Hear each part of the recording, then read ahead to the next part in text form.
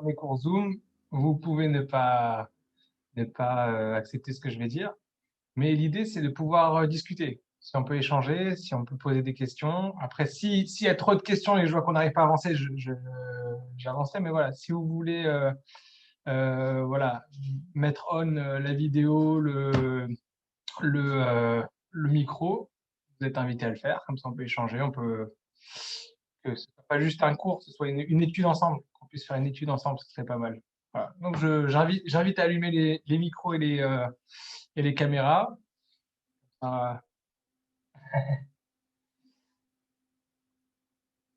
voilà, Dan, Et on bravo. se voit. Voilà. Salut. Bon, alors, j'ai vu que vous avez déjà eu un cours sur Purim. Alors, je sais pas si tout le monde avait participé avec le Ravizan, donc c'est top. Alors, juste un petit mot donc avant de commencer le sujet précis sur lequel je voulais parler. Bon, d'abord, je vous remercie de l'invitation. Je suis très honoré. Je vois que j'ai un petit peu honte avec quand je vois les personnes qui donnent les cours et qui font les conférences ici sur votre Zoom. Salut Samuel. Je vois les personnes qui font les conférences, je me dis, je suis un tout petit. Bon, voilà, merci beaucoup pour l'invitation. Alors, on va parler ce soir de Purim et plus particulièrement, on va regarder un petit peu en quoi la Megillat Esther, donc le rouleau d'Esther, en quoi c'est encore d'actualité. Qu'est-ce qui nous lie aujourd'hui au rouleau d'Esther? Est-ce que c'est vraiment d'actualité? Et donc, on a donné comme titre, alors je ne sais pas si vous avez compris le titre, c'est écrit Megillat Esther. On appelle la Megillah Megillat Esther. Donc, on traduit ça par le rouleau d'Esther. Mais Megillah, ça veut dire dévoiler. On dévoile Esther. Or, Esther, Megillah, du langage de mégoulé. Mégoulé, c'est galouille, c'est dévoilé. On dit qu'il y a des choses qui sont glouïm, des choses qui sont dévoilées. C'est Megillah, c'est le mot Megillah. Et Esther, ça vient du mot léastir, caché, voilé, comme c'est écrit dans la Gemara. D'où est-ce qu'on sait que Esther est cité dans la Torah? Parce que c'est écrit dans les versets Vani Esther, Astir et Panaï. Vous savez, il y a la face cachée de Dieu et la face dévoilée. Aujourd'hui, on vit dans une face cachée. La face cachée, c'est Esther. C'est la face cachée. Vani et moi, Aster, Astir et Panaï, je cacherai ma face. Alors d'un côté, on a Mégoulé, la Megillah, on dévoile, et de l'autre côté, c'est Esther. C'est caché. Donc c'est un petit peu antithétique, c'est un paradoxe. Megillah, Esther, on dévoile ce qui n'est pas dévoilé. Voilà. Donc ça c'est le titre de ce soir. Alors, toujours on demande, mais pourquoi on fait des grandes théories, des grandes études, des grandes conférences sur Purim? Allez, ça va, c'est la simcha, c'est la joie. Arrêtez de nous prendre la tête, là. Arrêtez de nous parler des trucs compliqués. Pourquoi vous ne nous Ouais, parlez pas des merci. choses simples? Voilà, il faut faire la joie, il faut danser, il faut chanter. Pourquoi on va nous parler maintenant des choses très compliquées? Alors ça, c'est juste donc pour la petite introduction, avant qu'on commence vraiment notre étude. Je vais juste vous citer un tout petit passage de Rambam. Donc Rambam, Maïmonide, qui a codifié la halakha, dans le Mishneh Torah, Maïmonide, il écrit la chose suivante dans le tome sur les fêtes, Zmanim. Il dit la chose suivante, et vous allez comprendre pourquoi c'est important de faire un vrai travail pour arriver à Purim. C'est-à-dire, on ne peut pas arriver Purim les mains dans les poches, c'est pas possible. Pourquoi c'est important de faire des grandes théories, des grandes études, et pas venir, allez, c'est la simcha, rien de spécial. Non, il faut comprendre pourquoi. Je vais vous lire les mots du Rambam. C'est dans le Chot Lulav, le Chot Souka, à propos de la fête de Sukkot. Donc, la Souka, c'est écrit spécialement dans les versets qu'il faut avoir une joie supérieure. Alors, à propos de la joie de Sukkot, il écrit la chose suivante. Donc, c'est que Marbim Besimcha, dans le mois de Hadar, on est Marbim Besimcha, on rajoute de la joie. Justement, c'est le travail pour arriver à cette joie. Alors, voilà ce qu'il écrit le Rambam. Au 8e chapitre des lois de Lulav, Halakha 7 Vav ou Tetzaïn. Je vais trouver ça 2 secondes. Voilà, je vous le lis. Alors, comme c'est rapide, je vous le lis. Les autres passages qu'on étudiera ce soir, je vais vous partager l'écran, je vais vous faire lire les textes, on va les lire ensemble, on va les travailler ensemble. Là, je vous lis juste parce que c'est vraiment une petite introduction, hein. C'est écrit donc dans la Lacha Tedvav, la Lacha 15, chapitre 8 des lois de l'Oulav, donc à propos de Souka, de Sukkot, la fête de Sukkot. Asimcha chez Ismach Adam, la joie qu'un homme doit se réjouir. Be'asiat mitzvah, par l'accomplissement de la mitzvah, ou be'avat akel chez Tziva Ba'en, et l'amour de Dieu qui nous a ordonné de faire cette mitzvah. Avoda gdola i. Je répète les mots du Rambam. Avoda gdola i. C'est un très grand travail. La joie de l'accomplissement de la mitzvah, c'est un très grand travail. On peut s'arrêter là, mais on ne va pas s'arrêter là. On va aller à la phrase d'après. Vechol amonea atzmo mesimchazu. Et toute personne qui se refuse à cette joie-là, donc c'est un grand travail. On pourrait dire, bon, bah alors, on ne peut pas faire ce grand travail, c'est trop compliqué. Non, celui qui se refuse à cette joie, où il est paramimeno,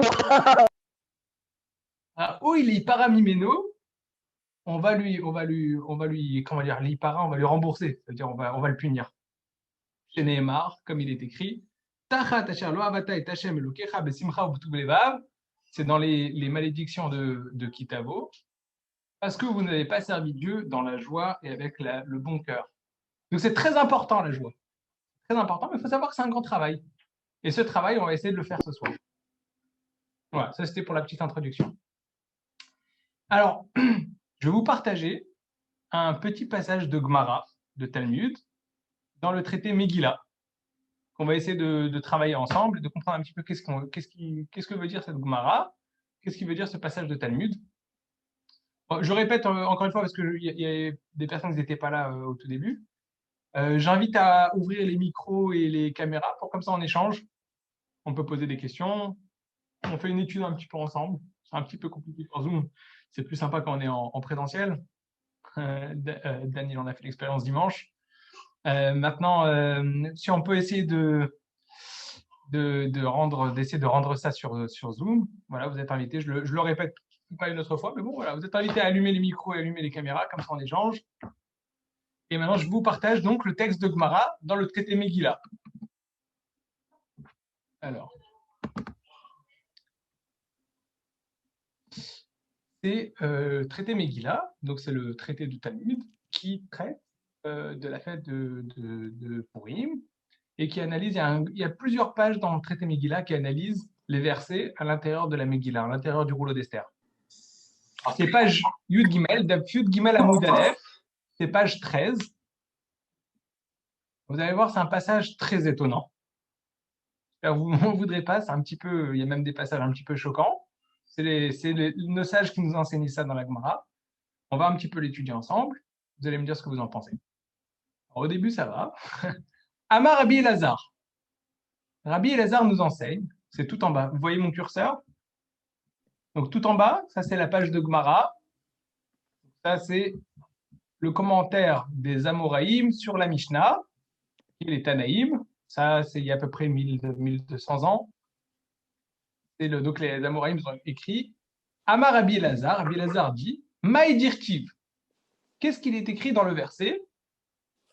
Je passe à la page d'après. Ah, top. Je passe à la page d'après. Donc là, c'est un verset. On prend un verset. Loïgra mitzadik enav bissacha. Loïgra mitzadik enav. Donc c'est le début du verset. On va prendre le verset en entier. C'est un verset qui se trouve, c'est un passage qui se trouve dans Iov. Iov, donc Job. Iov, c'était une personne donc, qui avait fait un grand calcul pour savoir les récompenses, les récompenses, les punitions, le travail qu'une personne fait pour Dieu. Tout ça, il a fait un grand calcul et il arrivait à toutes sortes de conclusions. On va prendre ce verset. Loïgra metzadik enav. La fin du verset, c'est Ve ou malchut la kissé. Loïgra metzadik enav, qu'est-ce que ça veut dire? Dieu n'enlèvera pas ses yeux du juste et il placera sur le trône le roi et il lui renforcera il le renforcera et il le fera grandir. C'est-à-dire que Dieu regarde le juste et il place le roi sur le trône. La Gemara, elle demande, qu'est-ce qui veut dire ce verset? Lo igram et tzadikenab, de quoi il s'agit? J'avance. Bisrar tzniut shaita ba berachel. Pourquoi, à quoi il fait allusion ce verset? C'est le mérite, c'est par le mérite de la tzniut qui se trouvait à l'intérieur de Rachel. Zarta, elle a eu comme récompense Vayatsa mimena Shaoul. Elle a eu dans sa descendance le roi Shaoul.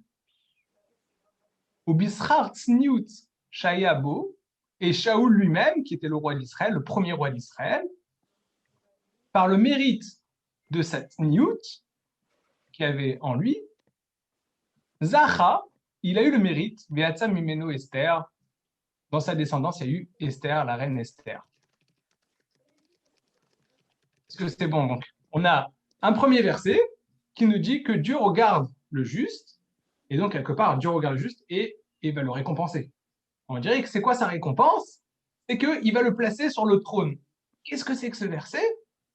Qu'est-ce que c'est que ce pasouk? La Gemara nous dit, c'est grâce à la tsniout, donc on va traduire la tsniout, on a l'habitude de traduire c'est la pudeur, grâce à la tsniout qui avait à l'intérieur de Rachel, elle a eu comme mérite Shaoul, le roi Shaoul. Et Shaoul lui-même, par le mérite que lui-même était avec la tzniut, alors il a eu comme récompense que Esther, la reine Esther, elle est descendue dans sa descendance, était elle-même tsnoua, qui était elle-même pudique. Ça veut dire que pour être sage, il faut être pudique, alors c'est tout? Peut-être. Ouais, très bonne question. Je ne sais pas qui est Shimon. Très bonne question. Très, très bonne question. Anticipé, tu m'as anticipé. J'allais poser cette question. Alors d'abord, avant de poser la question, comment ça se fait que c'est pour un homme? Peut-être Shimon qui a posé la question. Peut-être qu'il se dévoue, il va nous expliquer qu'est-ce que c'est que la tsniout. Un des participants, si vous voulez. Ah, je peux répondre, s'il vous plaît? Je ne sais pas qui parle. Vas-y, tu peux te présenter peut-être. Vas-y. Ah, le bâtard. Oh, ils sont casse-couilles, mais vraiment. Oui, tout à fait. Oui, qui veut expliquer alors c'est quoi la tsniout? Je peux peut-être essayer si vous voulez. Oui. Alors la tsniout, c'est avant d'être simplement une façon de s'habiller, c'est tout un état d'esprit, je pense. On peut traduire ça par la pudeur. C'est le fait de savoir être discret, de savoir être humble et donc de ne pas se montrer ni d'un point de vue physique ni d'un point de vue moral. Très bonne explication. Très bonne explication. On va aller dans ce sens. Alors, mais c'est intéressant. C'est Raphaël Kleinman qui a parlé? Oui. D'accord. Bon, enchanté. Merci de m'avoir invité. Enchanté. Merci de m'avoir invité pour ce cours. Avec merci à vous. Donc, oui. Donc, Raphaël a dit une chose très intéressante. Et je pense que Shimon, ce qu'il avait écrit dans le chat, ça faisait allusion à la même chose. C'est avant, elle dit, c'est pas seulement une histoire vestimentaire. Alors, il faut peut-être appuyer, c'est que communément, on a l'habitude de dire que la tsniout, c'est pas faux non plus. C'est basé sur c'est inversé, c'est écrit Kol Kvoda Batmeler Pnima. Kol Kvoda, toute la gloire, Batmeler, de la fille du roi, Pnima à l'intérieur. Donc on a l'habitude d'utiliser ce verset, et il y a d'ailleurs plusieurs livres qui ont été écrits dessus, dont un livre très célèbre qui s'appelle Oz Ve'adar Legusha. Oz Ve'adar Legusha, la majestuosité qui se trouve dans l'habit, dans l'habillement. C'est vrai qu'on a l'habitude de nos jours de parler de la tsniout dans une tenue vestimentaire et plus particulièrement qui s'adresse aux jeunes filles. Mais là, comme on voit, on va se poser la question, qu'est-ce que c'est que la tsniout qu'il y avait dans Rachel? Qu'est-ce que c'est la tsniout dans Shaoul? Qu'est-ce que c'est que la tsniout qu'il y avait dans Esther Amalka? Et on voit aussi une certaine chose, c'est que ça concerne aussi les hommes. C'est pas que pour les jeunes filles, c'est aussi pour les hommes. Alors, qu'est-ce que c'est que cette tsniout? Alors, Raphaël nous a proposé que c'est pas seulement une histoire de tenue vestimentaire, et on va voir qu'ici qu'on parle pas du tout d'une tenue vestimentaire, c'est aussi une façon de se comporter. Exactement. Et donc, c'est ça ce qu'on va un petit peu appuyer. On va essayer d'analyser quelle était cette façon de se comporter qui s'appelle la tsniout. Donc, un comportement pudique. C'est ce qu'on va aborder. Est-ce que quelqu'un sait alors quelle était cette sniout qu'il y avait dans Rachel? Tu m'as spoilé, donc je vais pas le dire. D'accord. Bon, alors on va avancer. C'est la question de la Gemara. Umaït sniout taïta babé Rachel. Quelle est justement cette pudeur qui se trouvait chez Rachel?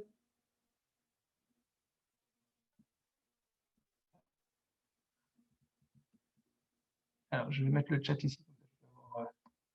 Voilà. Alors, Umaït sniout taïta babé Rachel. Quelle est cette pudeur qui se trouvait chez Rachel? Dirtiv, parce qu'il est écrit dans les versets. Vayagad Yaakov le Rachel, qui achi avia. Qu'est-ce qu'il dit le verset? Yaakov a dit à Rachel, je suis le frère de ton père. Pour le moment, on ne voit pas quel tnutis se trouve dans ce verset. Le verset s'arrête là. Et là, la Gemara l'enchaîne. Vechi, achi aviahu. Mais je ne comprends pas. Comment le verset peut nous dire une chose pareille? Il était vraiment le frère de son père? Alors, Rachel, c'était la cousine de Yaakov. Parce que le père de Rachel, c'était Lavan. Le père de Rachel, c'était Lavan. Lavan était le frère de Rivka, qui était la mère de Yaakov. Donc il y a un problème là. Le verset nous dit comme quoi qu'Achi Abiaou, il était le frère de son père à Rachel. Donc ça veut dire qu'il se présente comme étant l'oncle de Rachel. Alors on sait très bien que c'est pas vrai. Il n'est pas l'oncle de Rachel, il est son cousin. Alors pourquoi il dit à Rachel, je suis ton frère, le frère de ton père? C'est faux. Valo ben Achot Abiaou, mais pas du tout. Il est le neveu de Lavan. Il est le fils de la sœur de son père. Et là, Amarna, comme ça, il lui a dit. Alors, on va voir, hein, il y a plein d'histoires romantiques qui vont se passer avec Achashverosh et Esther, avec Mordechai et Esther, plein d'histoires de couple. Et ici, voilà, on peut s'imaginer, on va prendre les versets. Alors, on va aller directement dans les versets. Alors, on reprend un peu les versets. Donc, je vous ai pris. Je vous ai pris le Sepharia, comme ça vous avez la traduction en français. Alors, prenons les psukim de l'arrivée de Yaakov lorsqu'il va voir Rachel à Haran. Donc Yaakov, il a shippé, donc il a pris dans son droit, mais il a pris les brachot à Esav. Esav veut se venger. Son père lui dit, enfuis-toi, pars pars d'ici, va vite te sauver chez la famille de ta mère, la famille de Rivka à Haran. Donc Yaakov, il part, il a passé plein d'années dans la yeshiva de Shem et Ever. On connaît, il y a une histoire où il s'est reposé. Après 14 ans, il s'est reposé. Ça vient nous enseigner que pendant 14 ans, il ne s'était pas reposé. Il avait fait qu'étudier pendant 14 ans. Il se repose, il y a le rêve avec l'échelle, il continue son chemin, il arrive à Haran. Et voici lorsqu'il arrive à Haran. Donc il arrive à Haran et il voit qu'il y a un attroupement autour du puits.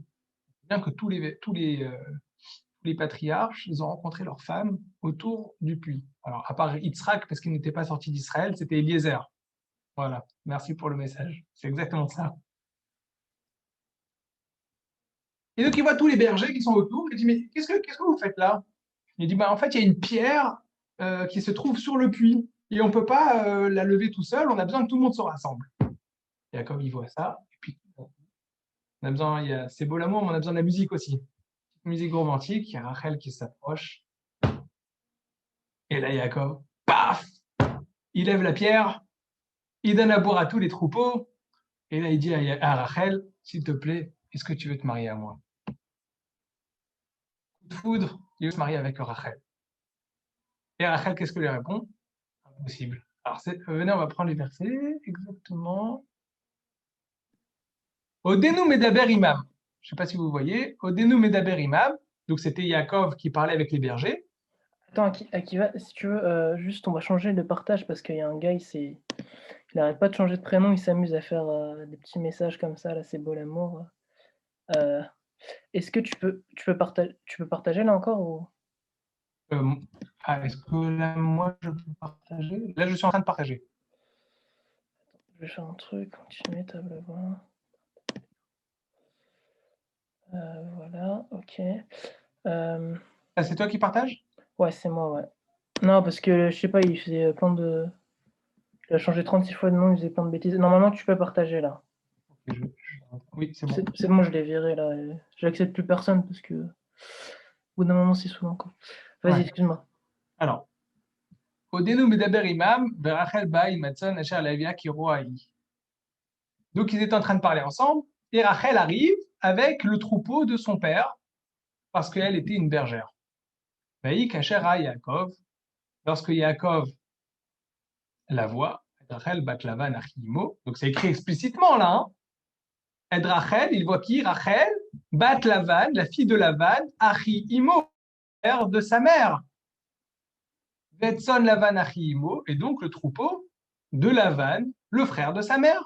Vaïgash Yaakov, Vaïagel et Taïven. D'un coup, Yaakov, il a fait rouler la pierre, mais al piabéer, de dessus de dessus comment dire, de dessus le puits. Vayash ketson Lavan achimo, et il fait boire le troupeau de Lavan, le frère de sa mère. Vaïshak Yaakov et Rachel, il a embrassé Rachel, Vaïssa et Kolo Vaïev, qu'il a levé sa voix, il a pleuré. Vaïaged Yaakov et Rachel. Et Yaakov a dit à Rachel, qui achi aviaou. Et là, c'est notre verset, notre passage qu'on vient de voir dans la Gemara. Vaïaged Yaakov et Rachel, qui achi aviaou, qui était le frère de son père. On vient de voir juste avant que c'est le neveu. Alors pourquoi il dit ça? Vechi ben Rivkaou, que lui, il est le fils de Rivka, va tarat fataged la via. Elle a couru, elle est partie dire à son père. Je ne comprends pas là. On vient de nous dire que Yaakov, comme on le sait, c'était le neveu de Lavan, et là il se fait passer pour le frère de Lavan. Je ne comprends pas. Et la question de la Gemara. On retourne à la page de la Gemara. Vous avez toujours mon partage? D'accord. Alors, qu'est-ce que c'est que cette phrase-là? Ve'alo ben achot aviaou. Mais il vient de le dire que c'est le fils de la sœur de son père. Et là, Amarla, comme ça il a dit, Min sebali, marie-toi à moi. Amrale in, elle a dit moi je veux, il n'y a pas de problème. Miou, cependant, Abba Ramaou, mon père c'est un ramaï, c'est un rusé, c'est quelqu'un qui manipule, c'est quelqu'un de malhonnête. Le yachatlé, ça va pas passer, tu vas pas passer l'examen, tu vas venir au dîner chez la belle famille, ça va pas marcher. Oui. Moi j'ai envie, c'est une belle histoire, mais non, c'est pas possible. Impossible. Amarla, il a dit, Yaakov répond à Rachel, à cette réaction de Rachel, il dit, Achivana beramaout, t'inquiète pas, si tu penses que lui, il va m'avoir par sa ruse, moi je suis encore plus rusé que lui. Je suis son frère dans sa ruse. C'est ça ce qu'il a dit. Il a dit, Achi Aviaou, il a dit, je suis le frère de ton père. Qu'est-ce que ça veut dire, je suis le frère de ton père? Pas biologiquement parlant, je suis son frère. Je suis son frère dans la manipulation. Il veut me manipuler? Je vais le manipuler moi aussi. Qu'est-ce qu'il a fait? Amrale, il lui a dit, mais est-ce qu'un tzaddik il a le droit de se comporter avec manipulation et ruse? Amarla in, il a dit oui. Im navar titabar, vi mikesh titapal. C'est des façons de se comporter avec quelqu'un qui est rusé, on se comporte avec lui avec ruse. Amarla o maïra mayuta. C'est quoi cette ruse qu'il avait Laval? C'est connu. Amrale, elle lui a répondu, Itiach achata dikshisha. J'ai une grande sœur. Minaï velo minsable makma. Il ne va pas me permettre de me marier avant elle. Donc il va vouloir que Léa, sa grande sœur, va se marier avant elle. C'est l'histoire qui est plus ou moins connue. On a appris ça à l'école normalement. Bah, c'est ici, c'est dans cette Gemara-là. Bah, attends, tu veux dire qu'elle le savait, enfin, qu'elle le savait avant que ça se passe? Oui, oui, oui, tout à fait. Ils se sont prémunis de ça. Ils se sont prémunis de ça. Ils savaient que ça allait arriver. Alors qu'est-ce qu'ils ont fait? Là, c'est là le point principal. Massarla Simani. Ils se sont transmis un code secret. Ils se sont transmis un code secret. Ils se sont dit voilà, le jour du mariage, pour bien faire attention qu'on ne m'a pas trompé, qu'on ne m'a pas donné Léa à la place de toi, il lui a donné un code secret pour que Lavan ne puisse pas le tromper et lui donner Léa à la place. Kimata Leila, quand est arrivée la nuit du mariage, la nuit des noces, Amra, donc c'est Rachel, elle s'est dit, Ashta Mirsefa Chataï. Elle s'est dit, mais attendez, il va se passer un truc de dingue là. Il va y avoir le mariage. Il y aura toute la ville, tout Haran qui va venir, le grand banquet, la musique, l'ambiance et tout. Ils vont arriver le soir du mariage et il va demander les codes à la mariée. Alors, la mariée, là maintenant, c'est Léa. Et Léa n'aura pas les codes. Et donc, Yaakov va faire un scandale. Il va dire, quoi, tu m'as trompé. Il va aller voir Lavan, ça va faire un scandale dans la rue, tout le monde va parler. Ça va faire la une des journaux People, parce que Yaakov, c'était le grand prince qui venait de Canaan. Et Lavan, c'était le grand prince de Haran, du pays de Haram. Ça va faire la une. Le prince s'est fait avoir par Lavan. Il a eu les âmes, il a attrapé le vice, il a attrapé la manipulation parce qu'il avait donné des codes à Rachel. Elle s'est dit, mais Rachel s'est dit, mais attendez, mais il y a Léa dans l'histoire. Ça va être une énorme honte. Ça sera la risée. Je ne peux pas laisser passer une chose pareille. Mirsefa Khataï, elle dit, ma sœur, elle va avoir une honte pas possible. Ma Sartinu Niala, elle lui a transmis les codes. Donc elle a dit, Rachel a donné les codes à Léa. Mais ce n'est pas juste des codes qu'elle a transmis. Elle a transmis, elle a accepté qu'à sa place, Léa va être mariée avec Yaakov. C'est-à-dire que c'est Léa qui va être mariée avec Yaakov. Ils étaient conscients que c'était eux qui allaient transmettre la pérennité du peuple juif. Les 12 tribus. Elle a accepté de laisser tout ça pour ne pas faire honte à sa sœur. Ça, c'est incroyable. J'ai une question. Comment ça se fait que Léa a accepté les tarboulottes de Lavan, enfin la combine justement de Lavan il y avait une Léa, notion elle de s'est Lavan laissée. Alors, très bonne question. Très bonne question. On aurait pu dire, bon, bah, elle pourrait ne pas jouer le jeu de son père. Mais en fait, elle le désirait. Elle voulait ça. Parce que comme c'était écrit, Vene Léa Keot. Les yeux de Léa, le verset nous dit, les yeux de Léa étaient assombris. Pourquoi? Parce que Léa, elle pleurait toute la journée parce qu'elle savait qu'elle était destinée à Esav. Elle ne voulait pas se marier avec Esav. Et donc, elle désirait au plus haut point, en réalité, de se marier avec Yaakov. Donc, en fait, quand on lui a donné l'opportunité, quand son père lui a dit, écoute, tu vas te marier avec Yaakov, elle s'est dit, je sais que je ne vais pas être acceptée, mais quand même, c'est bien pour moi. Et donc, c'est pour ça qu'elle a accepté de se marier, même si elle savait que c'était avec ruse et manipulation. Ça, c'était. Alors, bon, cette histoire, elle est très intéressante. C'est vraiment une grandeur de Rachel d'avoir accepté de laisser tout ça. Mais on va dire peut-être c'est de la générosité, c'est de la modestie. Mais en quoi c'est de la tsniout? En quoi c'est de la pudeur? Quel rapport avec la pudeur? On n'est pas dans la pudeur.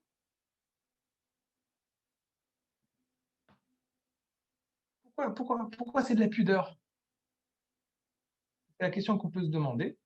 Et je pense que en voyant la récompense, c'est-à-dire Shaoul, la récompense de Shaoul, on va peut-être comprendre qu'est-ce qui s'est passé, pourquoi ça s'appelle de la pudeur. Alors regardez, je vais aller un peu plus rapidement peut-être. On va prendre les versets de Shaoul. En fait, c'est une Alors forme c'est quoi l'histoire avec d'empathie. Shaoul? C'est une forme Oui, d'empathie c'est une forme d'empathie de Rachel envers sa sœur Léa. Donc peut-être qu'il y a un rapprochement à faire entre l'empathie et la tsniout. alors c'est très bien, c'est vrai, c'est une très très grande forme d'empathie puisqu'elle n'a pas voulu qu'elle soit la risée. Mais quelque part, ok, c'est une très bonne qualité.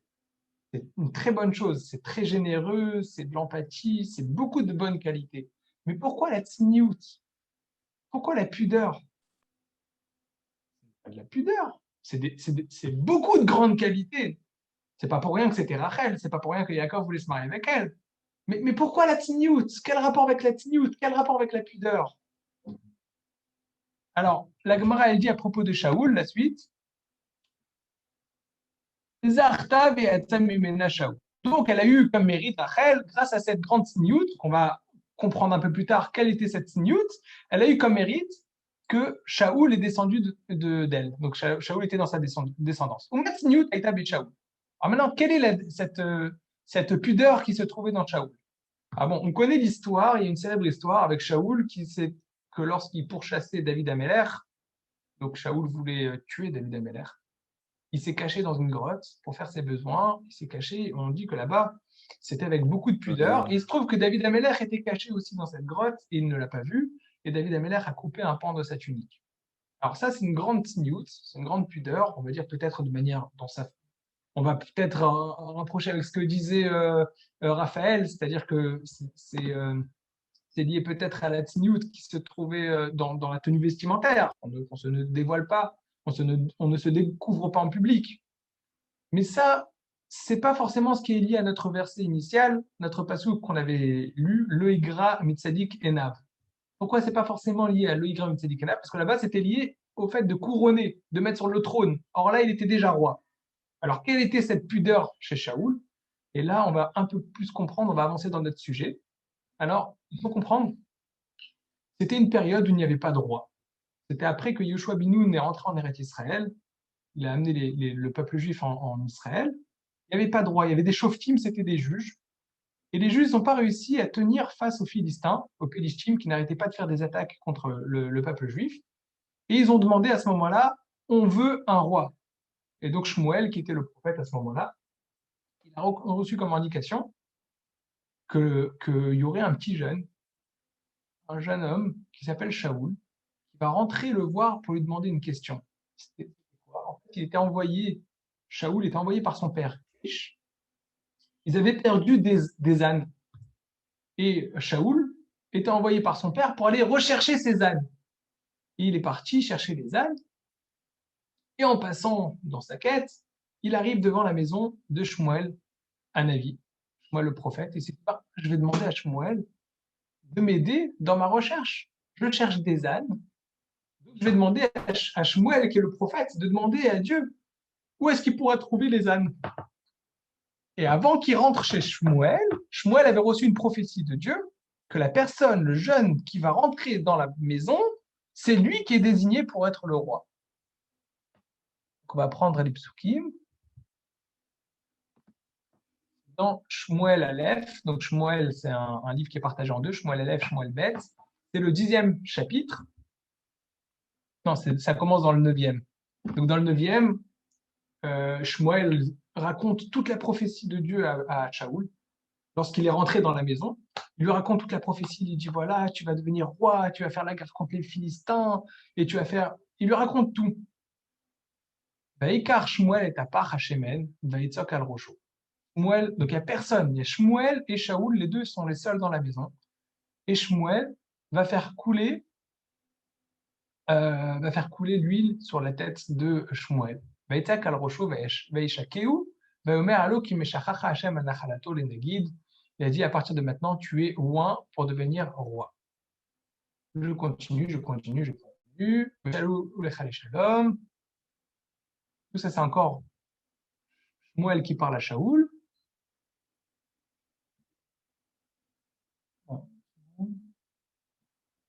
Il lui dit comment va se faire le couronnement. Voilà. Vayechal mitnabot, vayavo abama, et Shmuel a fini la prophétie. Shaoul sort de la maison et il tombe sur son oncle. Vayomer dod Shaoul elav. Et là, il y a l'oncle de Shaoul qui a vu que Shaoul était pendant longtemps chez Shmuel. Et donc, il le questionne. Vayomer, mais il a dit, qu'est-ce que vous avez fait? Pardon. Voilà, c'est là. Vayomer dod Shaoul. L'oncle de Shaoul lui dit, Agidan Ali ma'amar lachem Shmuel. S'il te plaît, qu'est-ce qu'il dit le prophète? Donc, il faut s'imaginer, il y a un jeune qui est rentré chez le prophète, le grand prophète Shmuel. Il dit, qu'est-ce qu'il t'a dit le prophète? Raconte-moi ce qu'il t'a dit le prophète. Or, Shaoul, qu'est-ce qu'il vient de recevoir comme prophétie?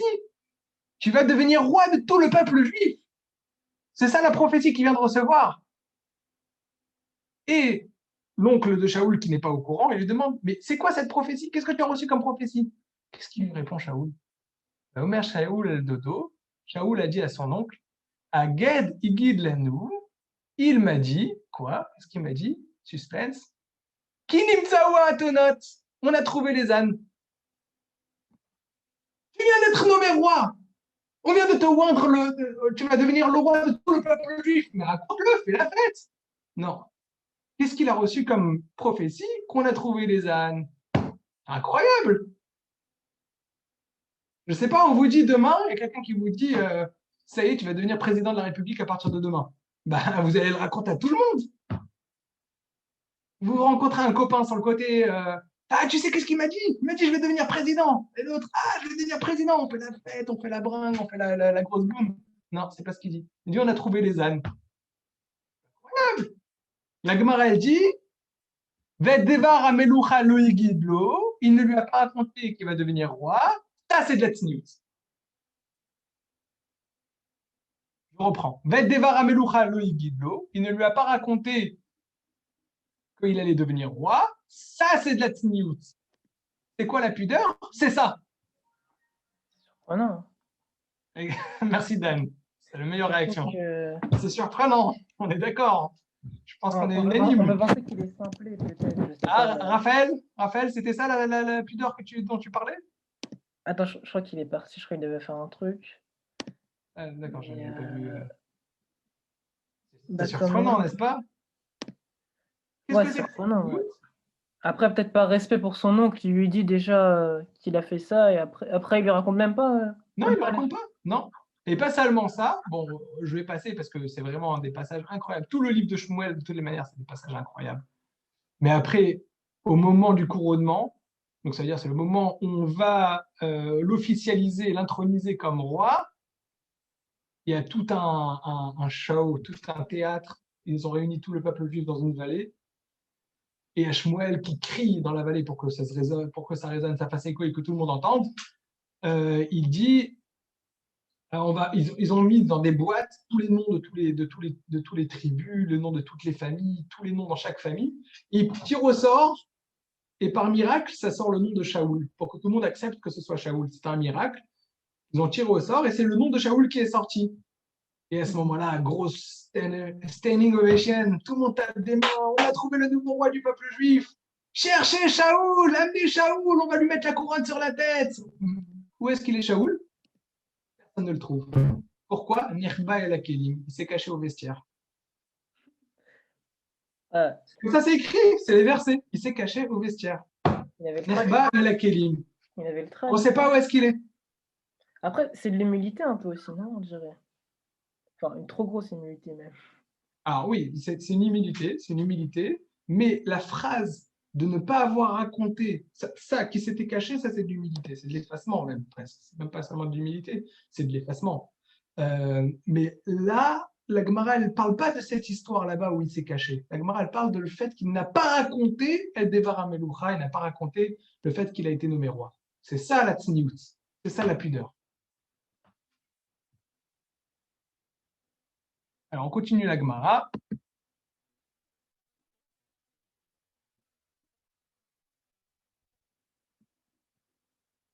Le Higidlo, Vedvar Amelucha le Higidlo, il n'a pas dit le sujet de la Melucha, Asher Amar Shmuel, que Shmuel lui avait rapporté. Zacha Ve'atzam Imeno Esther, il a eu comme mérite que dans sa descendance, il y a eu Esther. Ok, et Esther, d'où est-ce qu'on sait que Esther elle-même, elle était pudique? Parce que la Gemara, elle dit, le Higida Esther et Amam vet Polata, Esther n'a pas raconté de quel peuple elle venait. Donc on voit en fait que dans les trois situations, et là on va retourner sur Rachel, c'est que Rachel, peut-être sa pudeur, comme ça j'ai entendu j'ai entendu dans un cours de Rabbi Shua Ehrenberg, qui disait comme ça, quelle était la pudeur chez Rachel? Parce que maintenant on a compris c'était quoi la pudeur chez Shaoul, on a compris la pudeur chez Esther, alors quelle était la pudeur qu'il y avait chez Rachel? C'est qu'en fait, elle n'a pas raconté cette grandeur-là, cette grandeur d'âme, d'avoir fait don de ses codes à Léa. Elle l'a fait, et ça c'est une bonne action. Le fait qu'elle a donné les codes à Léa pour que Léa n'ait pas honte, ça c'est une grande action. Mais la pudeur, c'est pas ça. La pudeur, c'est qu'elle ne s'est pas vantée. Elle n'a pas exhibé cette grande qualité. Elle n'a pas raconté à tout le monde.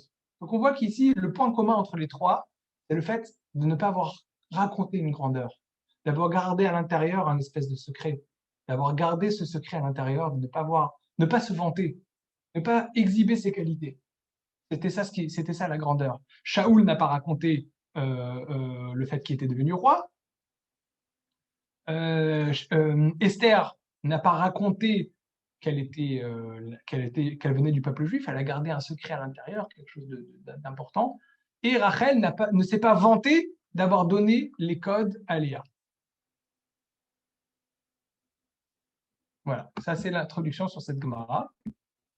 Et à partir de ça, j'aimerais faire une lecture de la Megillat Esther. On va faire une lecture un petit Si je peux me permettre bien sûr. de rajouter un truc que j'ai entendu. Oui, bien sûr.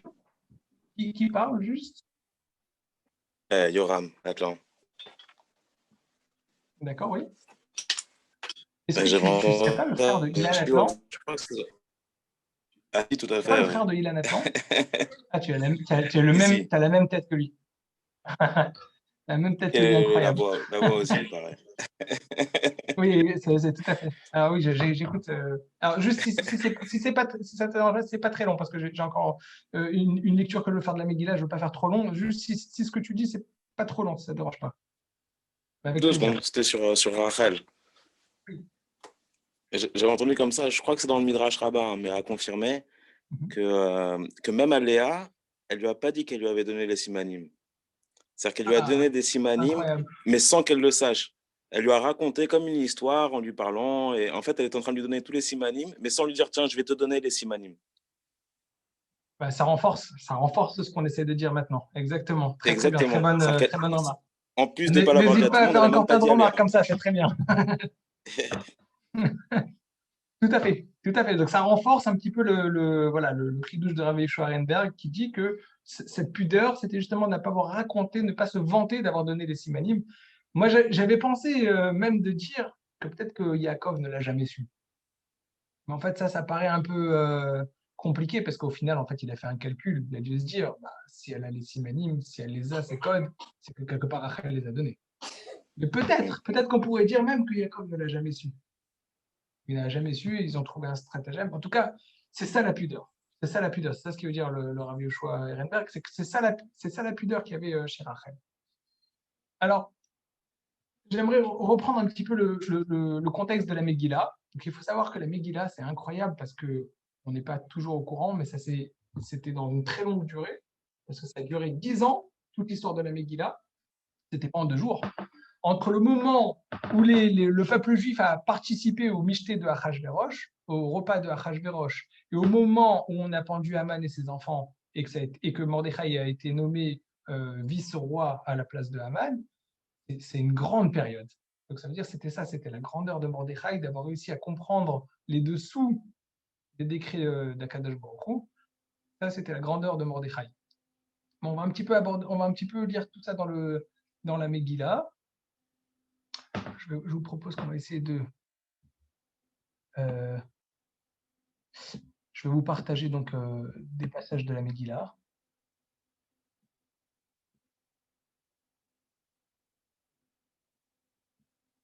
Alors, voilà.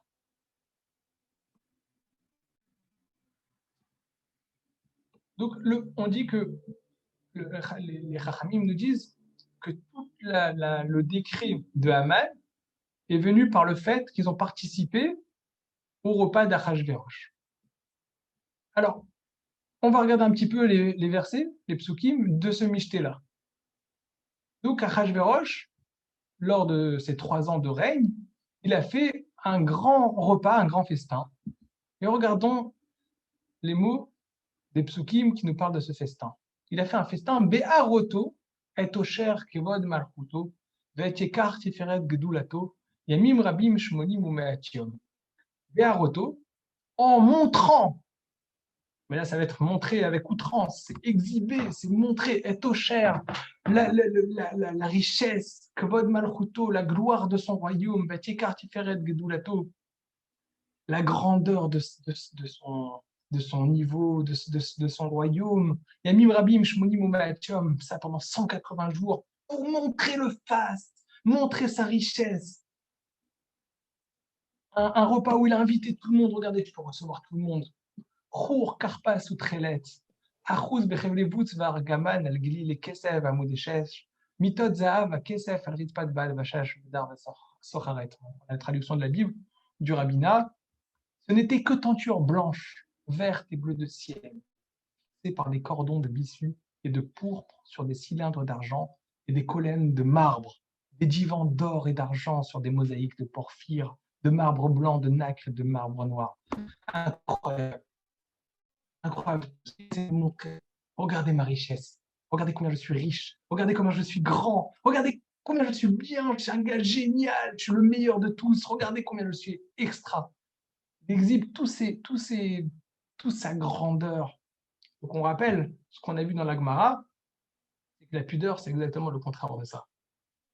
C'est-à-dire, c'est ne pas se vanter, ne pas s'exhiber, ne pas se montrer. Et là, il fait exactement le contraire. Et ce qui est incroyable, c'est que le peuple juif a participé à ce repas. Ve'ashkot bekli zahav. Et ce repas, dans quoi il était servi? Dans des ustensiles d'or. C'était quoi ces ustensiles d'or? Ve'kelim et kelim shonim. Chez les communautés ashkénazes, on a l'habitude de lire ce verset-là avec l'air de la Megillat Echa. La Megillat Echa qu'on lit à Tisha B'Av. Pourquoi? On a en tradition que Mekelim et Kelim Shonim, c'était les ustensiles du Beth Amikdash, du temple, et que Achashverosh a servi son repas dans les ustensiles du temple. Et il faut savoir que le peuple juif a participé à ce repas qui était servi d'abord avec un manque de pudeur terrible, mais en plus à l'intérieur des ustensiles du temple. Et j'ai une question, par rapport au temple, c'était du coup après la destruction du deuxième temple, du premier temple? Premier temple. Voilà, c'était le premier temple, c'est-à-dire que c'était l'exil de Babel. C'était l'exil de Babel. C'est dans les 70 ans, il s'est passé quoi? Exactement, c'était à la fin des 70 ans. Exactement. Ah, 70, merci. Ok. Donc c'était parce qu'en fait, c'est après Babel, il y a une névoie, une prophétie de Daniel qui parle des quatre grands exils. Donc ça, c'est l'exil. Il y a l'exil de Babel et l'exil de Paras. Donc c'est l'exil de Achashverosh. C'était juste après Nabuchodonosor. On voit que donc ça c'est très important. On va garder ça en mémoire que le peuple juif a participé au repas qui était donné dans les ustensiles du Beth Amikdash. Ils avaient été volés au Beth Amikdash. Voilà. Et on continue. Se vanter comme ça, mais avec arrogance et avec manque de pudeur, ça continue, c'est encore plus grave.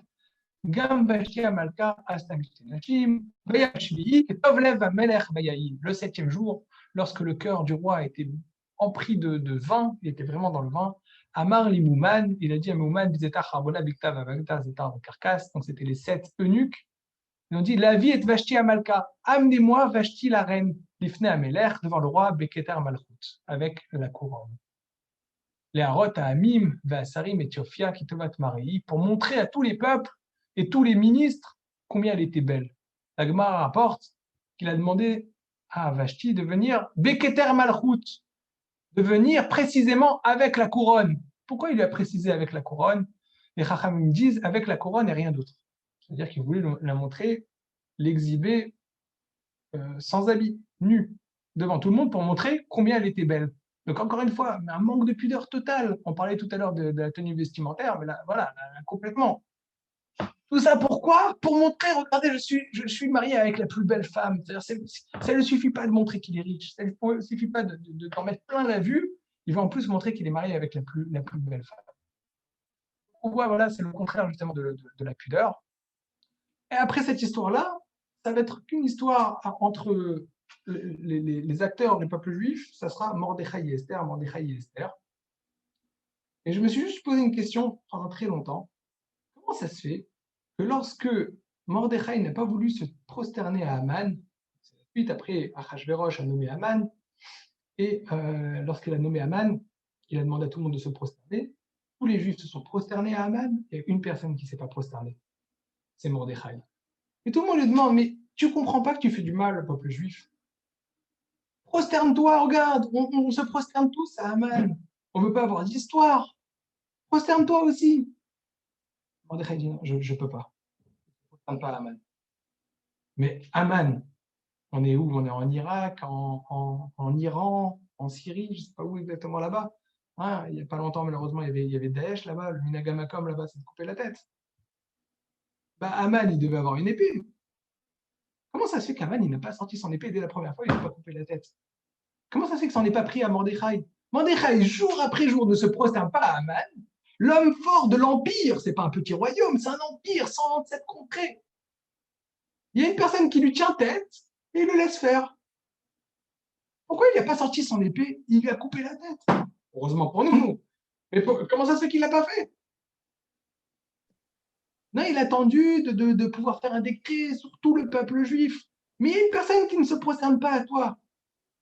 La politique, peut-être. S'il le tue, peut-être que les Juifs vont se révolter, je ne sais pas. Il se serait fait écraser, logiquement. Oui, on voit qu'il Mordechai. Oui, d'abord, c'est possible. Je sais pas si. Je crois qu'il était important, Mordechai. Je crois qu'il y a un livre qui a été écrit sur la Megillah où il y a un aspect politique. Je ne veux pas dire de bêtises, mais je crois qu'il y a une analyse de toute la politique qu'il y avait dans la Megillah. Bon, ça, c'est pas mon sujet, c'est une bonne remarque.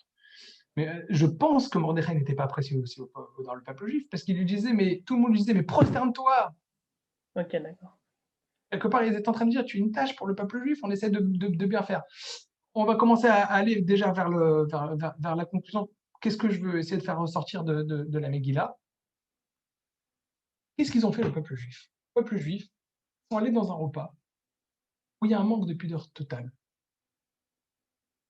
Et pas seulement un manque de pudeur, mais la petite flamme du peuple juif, notre identité, qui nous rattache encore à la période où on n'était pas en exil, même ça, ils l'ont détruit, le peuple juif, malheureusement. Ils ont participé à un repas où le symbole de notre destruction était mis en avant. C'est quoi le symbole de notre destruction? C'est-à-dire qu'ils ont utilisé pour ce festin les ustensiles du Beth Amikdash. Le peuple juif ne pouvait pas accepter une chose pareille. Comment on peut aller dans un repas où on nous montre notre destruction? On nous montre votre identité à vous, votre particularité à vous. Eh ben, elle n'existe plus. Et ils participent à ce repas. Qu'est-ce qu'ils ont voulu faire, le peuple juif? Ils ont voulu se faire bien voir aux yeux de la Meloucha, aux yeux du gouvernement qui était l'Empire. C'est ça ce qu'ils ont essayé de faire. Comment? En participant au repas. Mais dans ce repas-là, on est en train de leur montrer, vous n'existez plus. Vous n'avez plus de particularité, vous n'avez plus d'identité. Et ils ont quand même participé. Et pas seulement ça, Aman, qui était l'opposé, c'était le descendant de Amalek. C'était lui qui était devenu l'homme fort de tout cet empire. Il demande à tout le monde de se prosterner. Mordechai dit non, c'est pas possible. Je suis un juif. Je suis un Yid. Je suis un juif. J'ai rien contre Aman. C'est pas contre lui que j'ai un problème. Mais moi, en tant que juif, je ne peux pas me prosterner. Cette flamme qui bout en moi, cette particularité, cette pnimiout, cette intériorité qui est à l'intérieur de moi m'empêche de me prosterner à Aman. Et je suis persuadé que c'est ça ce qui s'est passé. Pourquoi Aman n'a pas tué Mordechai? Parce qu'il a compris que ce n'était pas une guerre d'ego à ego. Ce n'était pas un ego face à un autre ego. C'était pas Mordechai, il n'était pas là pour nous montrer non, je t'inquiète. Non, il voyait bien que ce n'était pas possible qu'il se prosterne parce que c'est un juif. Résultat, qu'est-ce qu'il a fait à Aman? Il s'est dit, je vais m'en prendre à tout le peuple juif. Et tout le peuple juif, au lieu de comprendre que c'est cette particularité-là du peuple juif qui est remis en question, il dit, c'est toi, Mordechai, le problème. Mais en fait, le problème, c'était eux qui avaient participé au repas. Qu'ils avaient détruit cette particularité qui était en eux. Détruit cette pnimiout, cette intériorité, c'est ça ce qu'ils avaient détruit. C'est eux le problème, c'est pas Mordechai. Mordechai, il était tout seul. Il était tout seul à avoir gardé cette intériorité. La Gemara nous dit, c'est qui Esther? C'est celle qui ne raconte pas son peuple juif, celle qui ne raconte pas qu'elle fait partie du peuple juif. Elle a compris que c'est quelque chose qui est notre pnimiout, c'est notre secret. C'est notre force, en fait. Mais pas seulement c'est notre force, c'est la raison pourquoi elle est à sa place en tant que reine. Le peuple juif, qu'est-ce qu'il a voulu faire? Il a voulu se rapprocher du gouvernement pour monter et plaire au gouvernement. Mais finalement, qui est-ce qui va faire que les Juifs vont être proches du gouvernement? C'est Mordechai, celui qui n'a pas participé au repas. Parce qu'à la fin, Aman va tomber. Qui va prendre la place de Aman? C'est Mordechai, celui qui ne s'est pas prosterné. C'est Mordechai, celui qui n'a pas participé à ce repas où on a détruit notre identité. Et c'est Mordechai qui descend de Rachel, qui a protégé cette particularité-là, qui est la tzniut. C'est quoi la tzniut? C'est protéger notre intériorité, protéger notre grandeur. On n'est pas là pour la mettre aux yeux de tous. On n'est pas là pour s'exhiber, on n'est pas là pour se vanter.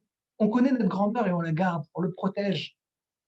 Lorsqu'une personne, il essaye de montrer à tout le monde qui il est, qu'il essaie de montrer à tout le monde, il se vante, regardez, je suis quelqu'un de bien. C'est ça ce qu'ils ont fait, le peuple juif. Ils ont essayé de montrer à Achashverosh, on est des gens bien.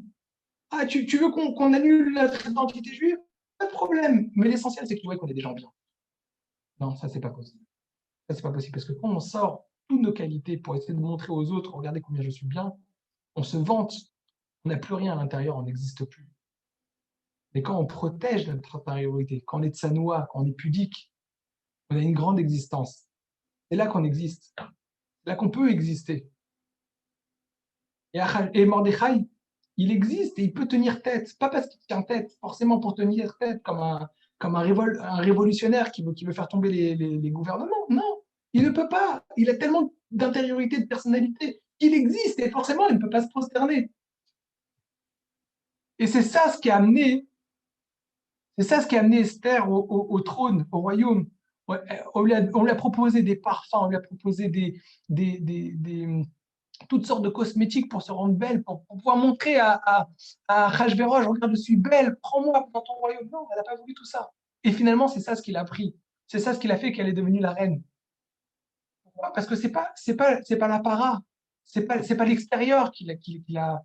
C'est parce qu'elle était Esther, elle était là pour sauver le peuple juif. Elle était là avec sa qualité de juive, sa qualité de personne qui a gardé l'intériorité, qui a été tsanoua. Le Higida Esther et Amav et Molata. Elle n'a pas dit, elle n'a pas raconté. Qu'est-ce que ça veut dire? Elle a gardé pour elle, elle a gardé à l'intérieur d'elle. C'est très important parce qu'aujourd'hui, et c'est ça, je pense, pourquoi c'est tellement d'actualité toute la période de la Megillah. Parce que la Megillah se passe en exil. Nous sommes en exil. C'est écrit, c'est Megillat Esther. C'est quoi Esther? D'où on sait qu'Esther existe dans la Torah. La Gemara, elle dit, parce que le verset dit, Vani Esther Astir et Panaï. C'est Dieu qui parle et dit, je vais voiler ma face. Le nom de Dieu n'apparaît pas dans toute la Megillah. On sait que quand c'est écrit Améler, ça représente Dieu, mais ce n'est pas écrit, c'est caché. Nous sommes dans une période où on ne voit pas Dieu, on ne sait pas où est-ce qu'il est, on le cherche, mais on ne sait pas où est-ce qu'il est. On n'a pas les repères, c'est pas clair, c'est pas galouille, c'est pas dévoilé. Et on est tenté de chercher des repères autre part, de chercher des repères dans d'autres cultures. C'est ça ce qu'on est tenté. Qu'est-ce qu'ils ont fait, le peuple juif? Ils sont partis se faire bien voir au gouvernement pour essayer de montrer, mais pour se faire bien voir, il fallait détruire notre intériorité. Mordechai, il a gardé cette intériorité. Et c'est cette sniout-là qui a fait qu'après, il est venu et qu'il est devenu vice-roi. Cette intériorité-là, cette sniout, comme il écrit dans le verset qu'on a vu dans Megillah, Loïgra, comment c'était dans le Passouk? Loïgra mitzadik enav ou malchut lakissé. Hachem, il voit la grandeur du juste et c'est ça ce qui l'amène à devenir roi. C'est pas lorsqu'on détruit notre intériorité, lorsqu'on détruit notre personnalité, lorsqu'on détruit la définition même du peuple juif. C'est pas comme ça qu'on va se faire bien voir aux yeux des nations. C'est lorsqu'au contraire on protège notre intériorité. Et pour ça, ça demande un grand travail. Il faut savoir qu'une des obligations à Purim, c'est de boire ad deloyada. On boit du vin, on se saoule, on s'enivre, ad deloyada. Je pense qu'il y a deux choses lorsqu'on s'enivre. La Gemara, elle rapporte dans Sanhedrin, je vais le dire à l'oral, je l'ai sorti là, mais c'est écrit Nirnas yayin yotse sod. Lorsqu'on fait rentrer du vin, il y a le sod qui sort, le secret qui sort. Mais encore faut-il qu'il y ait un secret. Si on boit du vin et qu'on raconte des bêtises, on est passé à côté de Purim. C'est pour montrer qu'on a un secret à l'intérieur de nous. C'est quoi ce secret? C'est notre tradition, c'est la Torah, c'est notre attachement à Dieu, c'est notre aide de Dieu. Ce qu'on a protégé à l'intérieur de nous, c'est cette sniout. Mais à Purim, on boit du vin pour montrer qu'on a une intériorité, on a une pnimiout. On garde ça dans sniout, on garde ça de manière pudique. Mais ça, Purim, on le montre, on montre que c'est ça notre force. Et on boit du vin pour faire sortir cette force-là. Et à part ça, on raconte, et je pense qu'on va terminer sur ça, il y avait une fois un élève de Rav Wolbe, de Rav Shlomo Wolbe, qui est venu voir Rav Wolbe, il a dit, j'ai un problème, c'est qu'en ce moment, j'ai un Rippayon. J'arrive pas trop à faire mon service de Dieu. J'ai besoin de me renforcer.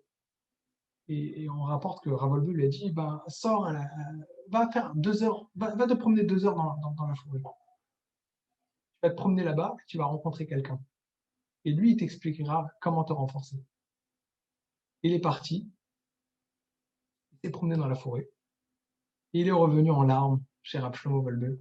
Il a dit, je l'ai rencontré. Qui tu as rencontré? Je me suis rencontré moi-même. Je me suis rendu compte que tout ce que je fais, en fait, c'est un apparat. Je fais ça, je le fais pas pour moi, je le fais pour le regard des autres, d'extérieur. À Pourim, on boit du vin, on se retrouve tout seul face à nous-mêmes. Il y a des gens qui vont rire, des gens qui vont pleurer, mais on se retrouve tout seul face à nous-mêmes. C'est une belle fête, on est content, mais en réalité, quelqu'un qui boit et se rend compte qu'il est. Et quand on est seul, qu'est-ce qu'on a à l'intérieur de nous? Est-ce qu'on est vide? On a le secret. Nir Nasein Yotsesod, mais ça, c'est à condition qu'on a le secret. On boit du vin, Adeloyada, jusqu'à quand on perd complètement, on ne sait plus où est-ce qu'on est. Mais on se retrouve seul face à nous-mêmes, seul avec notre vérité. Et ça, c'est pour ça qu'il faut faire un travail, renforcer notre pnimut. Et encore un petit mot, on dit qu'à Purim, kol apochet yad not nimlo. Toute personne qui tend la main, on lui donne. On a l'habitude de dire, tout celui qui tend la main pour demander la tzedaka, pour demander de l'aumône, on lui donne. Mais il faut savoir que c'est un moment de grande italout, un moment de grande élévation spirituelle. On peut tendre la main et pas forcément demander de l'argent. Demander que Hachem nous prenne par la main. On ne voit pas Hachem tout le temps, mais là c'est un moment où on est proche de Dieu. On peut tendre la main et prendre la main de Dieu. Et Hachem il nous la donnera, parce que quand la pochette, tout celui qui tend la main, notre nimlo, on lui donne la main, c'est la main de Dieu. C'est un moment où on peut demander la proximité à Kadosh Baruch Hu, on peut demander d'être proche d'Hachem. Et il faut savoir aussi encore, dans la même idée, on dit Purim, qu'est Purim? Il y a Yom Kippour, mais Purim, peut-être, il y a une dimension supérieure à Yom Kippour. Une dimension supérieure. À Yom Kippour, les gens, ils pleurent. On fait la prière à Dieu et on pleure. Et à Purim, on rigole. On boit et on rigole. Pourquoi? Parce qu'en fait, peut-être à Yom Kippour, on se rend compte qu'on a des besoins matériels.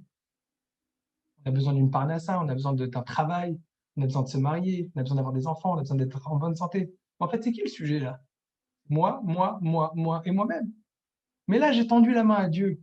Dieu me donne la main, je n'ai plus peur de rien. Je n'ai pas peur de me parnassa. Je n'ai pas peur de me marier. Parce que je sais qu'Akadosh Baruch Hu, il m'a donné la main. Dieu m'a donné la main, je suis proche de lui. Il ne reste plus rien. On boit du vin pour oublier tout ce qui se passe autour de nous. On est serein avec Akadosh Baruch Hu et là, on se met à rigoler. On ne pleure pas comme à Yom Kippour. Ce n'est pas nos problèmes matériels. On a tendu la main à Dieu, on est proche de Dieu, et là, tout est bien. On est dans une simcha complète, on a fait le travail qu'il faut, et c'est ça la gadoute, c'est ça la grandeur. Alors je vous souhaite à tous, les quelques jours qui terminent, de renforcer cette intériorité, et pour que le jour de Purim, on puisse tendre la main à Kadosh Baruch Hu et dire, nous on va être proche de toi. Et qu'on puisse être dans une situation de Adeloyada, qu'on ne reconnaisse plus rien. Pourquoi? Parce que plus rien n'a d'importance, parce qu'on a la main avec Dieu. Et plus rien n'a d'importance parce qu'on est serein.